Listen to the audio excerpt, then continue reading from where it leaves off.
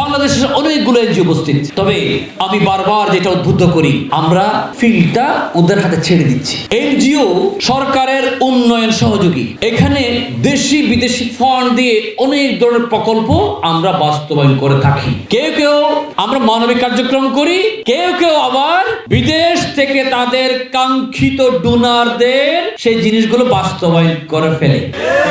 দেখুন, আজকের এই এনজিও মিটিং এ আমাদের যদি ইসলামিক অনেকগুলো এনজিও থাকতো, শুধুমাত্র আজকের মিটিং এ নয়, বাংলাদেশের প্রত্যেকটা সেক্টরে দারুণ একটা বিপ্লব সাধিত হয়ে যেত। কখনো সরকার যদি কোনো ধরনের বিপদে পড়ে, তখন এনজিওদের থেকে লোকজন নিয়ে আসা হয়, কারণ এনজিওদের অনেক লোকজন, নেতৃত্বের লোকজন তারা অনেক জায়গায় অনেক প্রশিক্ষণ প্রাপ্ত হন, সেজন্য মনে করা হয় ওনারা দেশ চালাতে অভিজ্ঞ। তো আমরা সকলের কাছে উদাত্ত আহ্বান করছি, বাংলাদেশের সকল পর্যায়ে আইনগুলো বাস্তবায়ন করার জন্য আপনার কোরআন হাদিস যেটাকে আপনি ভালোবাসেন, সেই কোরআন হাদিসের ভালোবাসাগুলো, দাওয়াতগুলো পৌঁছিয়ে দেওয়ার জন্য এনজিও বড় একটা শক্তি হতে পারে।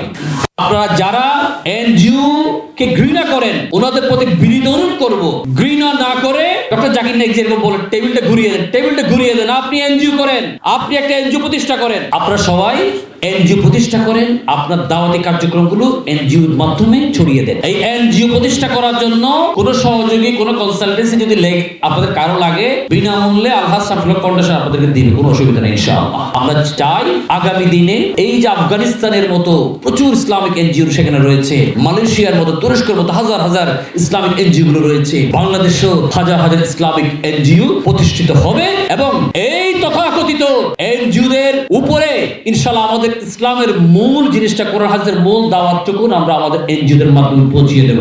ধন্যবাদ। আসসালামু আলাইকুম।